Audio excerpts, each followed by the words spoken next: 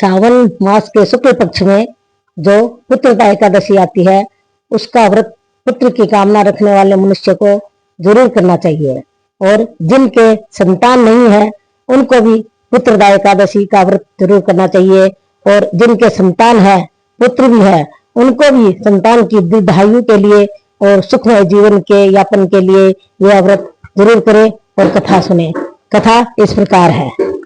श्री कृष्ण गोविंद हरे मुरारी, हे नाथ नारायण वासुदेवा।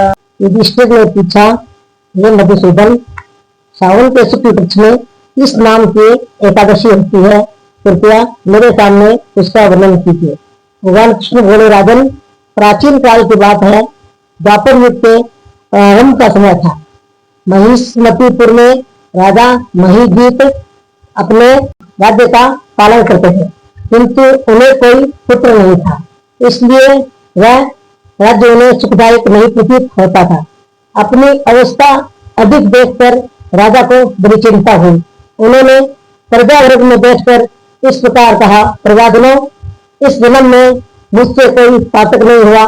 मैंने अपने खजाने में से कमाया हुआ धन नहीं जमा किया है। ब्राह्मण और देवताओं का दंड मैंने कभी नहीं दिया है।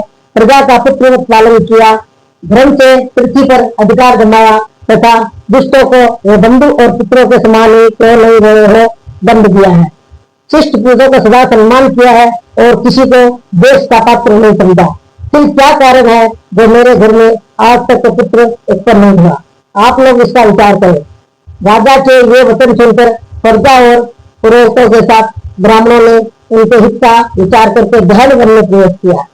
राजा का कल्याण चाहने वाले सभी इधर उधर घूम कर ऋषि सेवित आश्रमों की तलाश करने लगे। इतने में उन्हें मुनिश्रेष्ठ नमक ऋषि का दर्शन हुआ। नमक जी ब्रह्म के तत्व संपूर्ण शास्त्रों के विशिष्ट विद्वान दीर्घायु महात्मा है।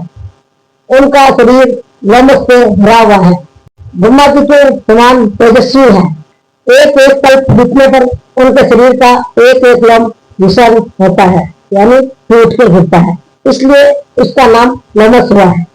वे महामुनि तीनों कालों की बातें जानते हैं। उन्हें देखकर सब लोगों को बड़ा हर्ष हुआ। उन्हें निकट आए देख नमस जी ने पूछा, तुम सब लोग किस लिए यहाँ आए हो? अपने आगमन का कारण बताओ। तुम लोगों के लिए जो हित कार्य होगा उसे मैं अवश्य करूंगा। प्रजाओं ने कहा, ब्राह्मण, इस समय महिजीत नाम वाले जो राजा है उन्हें कोई पुत्र नहीं है। हम लोग उन्हीं की प्रजा है जिनका उन्होंने पुत्र की भांति पालन किया है।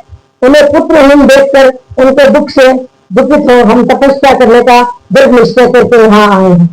विजेतम, राजा के भाग्य से इस समय हमें आपका दर्शन मिल गया है। महापुरुषों के दर्शन से ही मनुष्य के सब कार्य सिद्ध हो जाते हैं। हे मुने, अब हमें उस उपाय का उपदेश कीजिए जिससे राजा को पुत्र की प्राप्ति हो। उनकी बात सुनकर महर्षि नमक 2 घड़ी तक ध्यान मग्न हो गए। तत्पश्चात राजा के प्राचीन जन्म का वृत्तांत जानकर उन्होंने कहा, प्रजावरण सुनो। राजा महिजीत पूरे जन्म में मनुष्यों को सोचने वाला धन्य वैश्य था। वह वैश्य गांव गांव घूमकर व्यापार किया करता था। एक दिन जेठ के शुक्ल पक्ष में दसवीं तिथि को जब दोपहर का सूर्य तप रहा था तो वह गांव की सीमा में एक जलाशय पर पानी पीने पहुंचा। पानी से भरी बावली देखकर वैश्य ने वहां जल पीने का विचार किया। इतने में वहां बच्चे के साथ एक गौ भी आ पहुंची। वह प्यास से व्याकुल पाप से पीड़ित थी, अतः बावली में जाकर पानी पीने लगी। वैश्य ने पानी पीती हुई गाय को दूर हटा दिया और स्वयं पानी पीने लगा। उसी पाप कर्म के कारण राजा इस समय पुत्रहीन हुए हैं।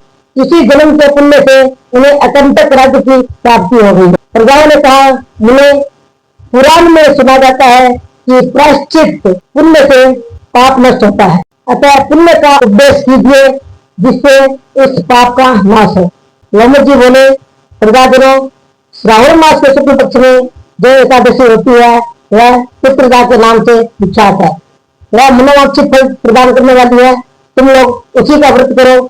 यह सुनकर प्रजाओं ने मुनि को नमस्कार किया और नगर में आकर विधि पूर्वक पुत्रदा एकादशी के व्रत का अनुष्ठान किया। उन्होंने विधि पूर्वक जागरण भी किया और उसका निर्मल पुण्य राजा को दे दिया। तत्पश्चात रानी ने गर्भ धारण किया और प्रसव का समय आने पर बलवान पुत्र को जन्म दिया। इसका मातम सुनकर मनुष्य पाप से मुक्त हो जाता है तथा इस लोक में सुख पाकर परलोक में स्वर्ग को प्राप्त करता है।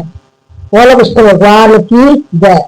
श्री कृष्ण गोविंद हरे मुरारी, हे नाथ नारायण वासुदेवा।